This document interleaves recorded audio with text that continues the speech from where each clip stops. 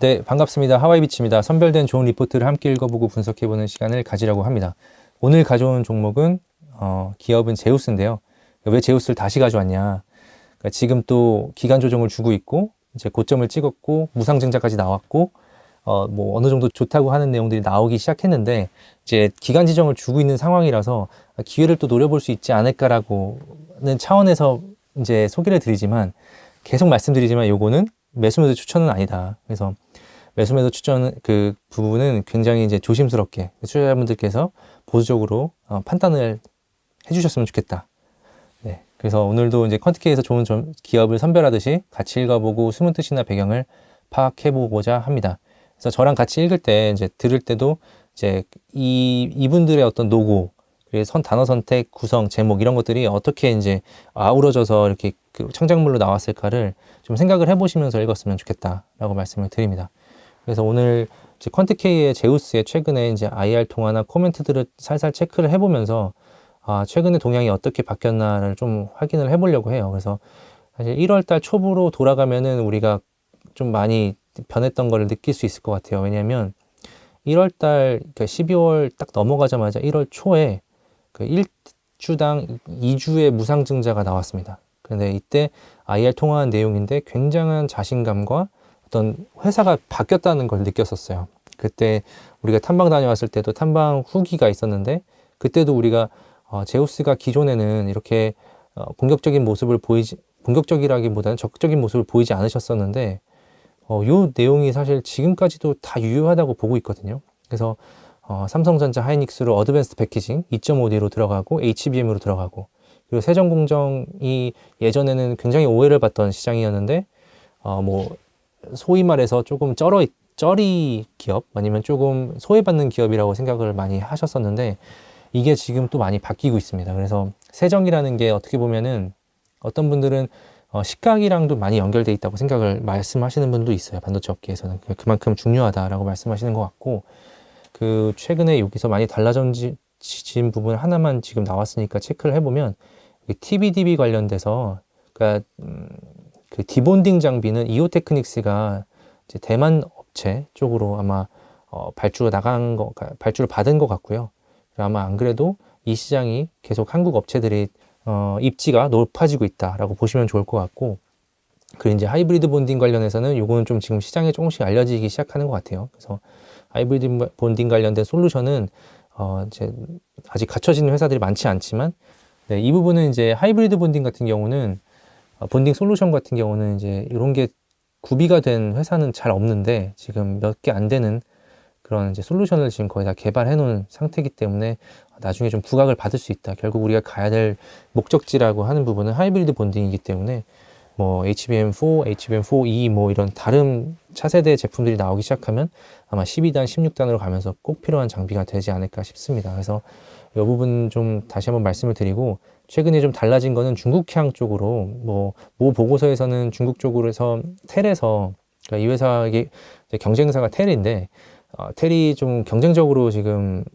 공격적으로 어떤 영업을 하다 보니까 조금 그런 부분에서 어려움을 겪고 있다라는 얘기도 언급을 하신 게 있었어요. 근데 제가 지금 중국 쪽으로 파악을 하기로는 중국 쪽이 워낙 그 발주가 많이 나올 거라 조금 중국에서 파는 제품들의 가격을 더 올리는 장비 회사들도 있을 정도로 좀 중국 시장을 좀 주목해 봐야 되겠다라고 지금 보고 있습니다. 그래서 좀 이따가 퀀티케이는 좀 다시 돌아오고요. 제우스 관련해서 한국증권에서 이의진 연구원님께서 후공정 진출과 고객사 확대라는 말씀을 이제 글을 적어주셨는데, 이제 그 조금 지난 이제 탐방 후기 때 말씀드렸던 내용들이 서서히 이제 알려지기 시작하고 서서히 말씀을 좀 본격적으로 하시는 것 같아요. 그래서 지금 18,000원 정도 2월 16일인데 24,000원까지 상향한다. 상승률 30%로 말씀하셨고, 지금 2024년 예상 실적을 보시면 영업이익이 560억입니다. 그래서 시총이 한 5,600억. 근데 이렇게 하면 한 POR 정도 한 10배, 10배 정도 주면 되는 그런 상황이고요. 그리고 4분기를 리뷰했을 때 굉장히 안 좋다라는 얘기를 하세요. 그래서 이 숫자만 봐도 안 좋으시죠. 근데 안 좋은 이유가 자회사인 JT의 중국향 경쟁이 심화됐다. 여기 아까 제가 말씀드린 그 텔 부분인데 이건 지금 4분기 얘기인 것 같고요. 조금 더 지켜보면 좋을 것 같아요. 아직 1분기 상황을 좀 더 저도 여러 곳에서 좀 파악을 해보고 좀 말씀을 드리겠습니다. 네, 이 부분이 영업이익이 감소는 디스플레이 부분에서 일회성 비용과 함께 적자폭이 심화된 것이 주요 원인이다. 이 부분은 아마도 지금 LG 디스플레이에서 발주한 그 장비들이 있는데 요거를 그 제때 가져가지 않으시는 것 같아요. 그래서 요거를 아마 회계적으로 좀 처리를 하지 않았을까. 그래서 프로비전 그러니까 상각을 했을 것 같고요.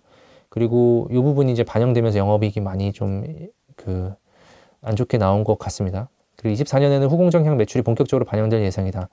그래서 이 문단 자체는 부정적인 내용들이 많았지만 마지막에 이런 부분이 좀 긍정적으로 마무리를 하려는 어떤 이런 노력이 저는 여기서 보였거든요. 이 리포트에서. 그래서 그런 것들을 잘 캐치하셨으면 좋겠고, 그러니까 리포트가 되게 짧아서 난이도가 좀 있습니다. 여기. 근데 그럼에도 이 안에서 이 구성 자체가 왜 이렇게 구성을 하셨을까라고 한 번 더 생각을 해보시면 좋을 것 같아요.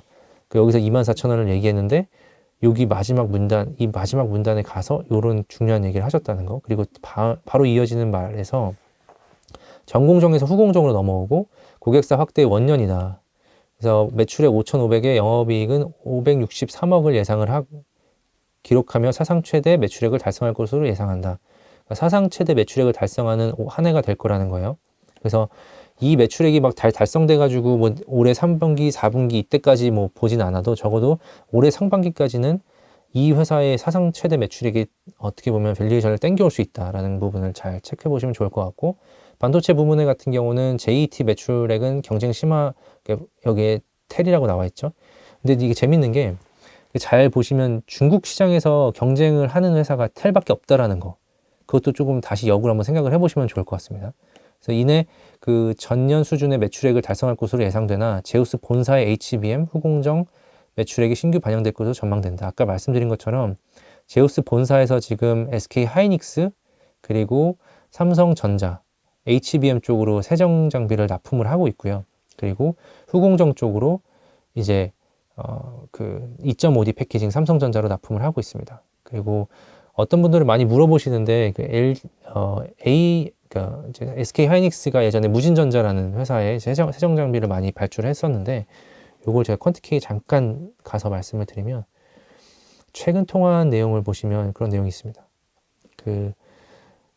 최근 기사를 통해서 알려진 내용인데, 여기 보시면 LS이라는 회사에서 이게 무진전자를 인수한 LTC의 자회사인데요.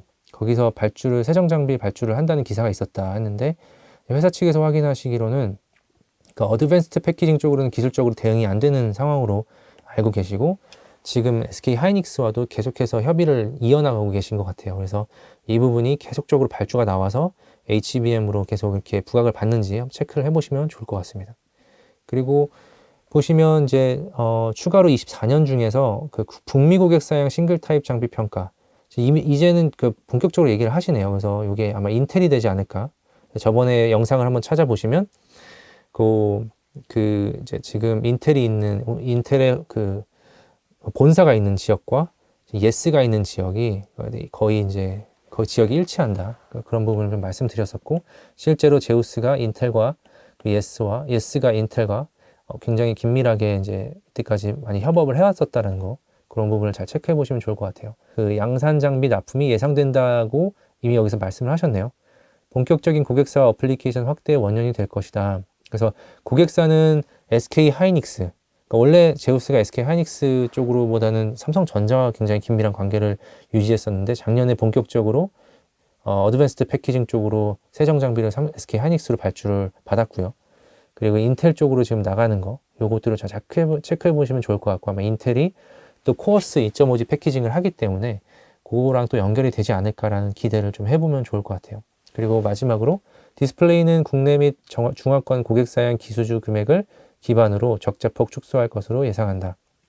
그래서 이제 지금 디스플레이도 지금은 말씀 안 하셨지만 아주 보수적으로 말씀하셨지만 디스플레이도 올해 BOE도 15에서 30K 정도, 그리고 삼성 디스플레이도 한 15에서 30K 정도, 그리고 뭐 비조녹스, 그리고 중국의 모 업체들도 한 15에서 30K 정도 총 더 할 거라고 예상이 되고 있기 때문에 그것들도 아마 복선의 의미로 약간 깔아놓으신 게 아닐까, 뒤에.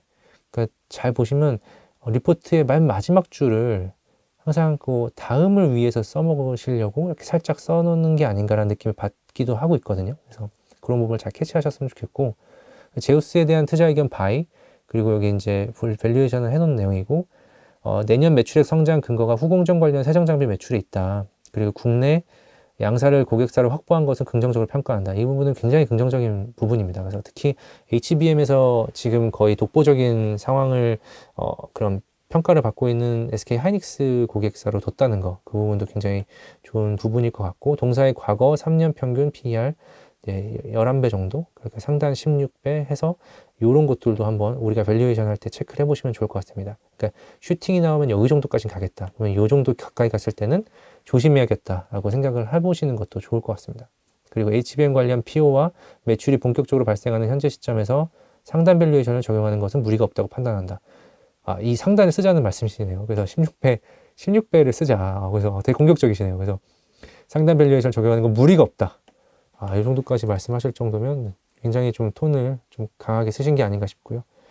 잠깐 IR 통화 내용을 말씀을 드리면 4분기 실적에 대한 리뷰를 여기도 저희가 말씀을 드렸어요. 그래서 이제 여기서 이제 말씀을 분명하게 안 하시지만 손상 처리는 했다.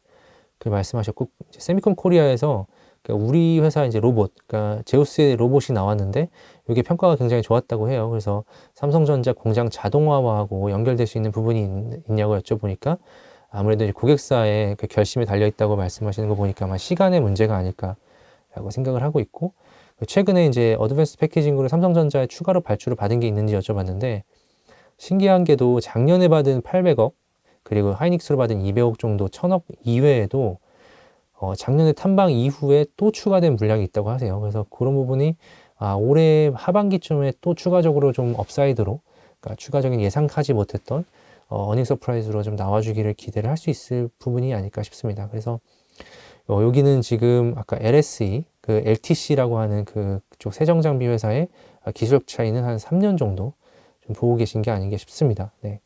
그리고 이제 내용을 좀 보시면 이렇게 제우스가 최근에 이렇게 오늘 같은 경우는 이렇게 HBM 관련주 그 저평가 기업으로 부각받으면서 좋은 흐름을 보여왔구나.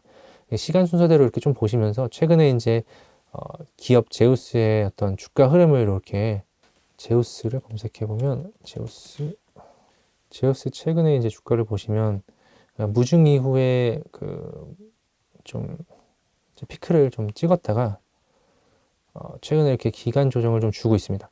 그래서 이런 부분이 어떻게 움직일지 좀 체크를 해보시면 좋을 것 같은데, 이때 이제 우리가 흐름이 굉장히 좋았었죠. 그래서 잠시만요. 2024년 이때 이제 무중 1월 2일 날 발표를 했었고, 그리고 지금 퀀티케이를 잠깐 보시면 그때 흐름들, 그러니까 주가 흐름이랑 지금 퀀티케이의 코멘트나 IR 통화 그리고 탐방 노트 같은 것들의 흐름을 같이 보시면서 주가와 이렇게 연동돼서 코멘트가 같구나. 그러면 그 코멘트를 활용해서 향후에 어떤 지금 이벤트가 나올 것들이 뭐 2.5D 그 세정 장비에 대한 부각 여부, 그리고 로봇, 삼성 자동화 로봇 공장 자동화 이슈나 그런 부분들이 부각을 받았을 때 또 어떤 흐름을 보이겠구나를 조금 예상을 해보면서 가면 좋을 것 같고, K찬스 마지막으로 마치기 전에 K찬스가 3월 9일 날 이렇게 이제 오픈을 했는데요. 그러니까 이게 오프라인이다 보니까 그러니까 라이브 질의응답 시간을 가질 예정인데, 이때 오프라인만의 장점을 꼭 활용을 하셔서 꼭 참석을 해보셨으면 좋겠고요. 그리고 오프라인 강의니까 아무래도 선착순으로 마감될 수 있다는 점 빠른 신청을 당부드리고, 자세한 사항은 더보기를 참조해 주시면 감사하겠습니다. 그래서 여기 보시면 우리가 계속해서 K찬스 종목을 팔로우를 해드리는데, 이제 K찬스 종목에서 언급됐던 부분을 제우스 관련해서 1월 22일에 반도체 로봇을 더하다라는 제목으로 이제 간략한 리포트, 이제 K찬스가 간략한 리포트를 보여드리고, 이제 그 투자 포인트, 뭐 어떤 리스크 포인트 같은 것들을 언급을 해드리면서 투자 판단에 좀 도움을 드리고자 하는 자료거든요. 그래서 이런 부분들을 보시면서 제우스가 무중 이슈 이후에 실적 호조와 함께 170% 이상 상승하면서 금일 상한가에 안착했다. 그러니까 이때 이런 것들을 좀 보시면서 K찬스를 잘 활용해 보셨으면 좋겠습니다. 그래서 이번 영상도 뭐 좋았다면 좋아요, 구독, 댓글 그리고 알람 설정까지 부탁드리고, 항상 말씀드리지만 매수매도 추천은 아니라는 거, 판단은 항상 보수적으로 꼭 개별적으로 해주셨으면 좋겠다라고 말씀을 드립니다. 감사합니다.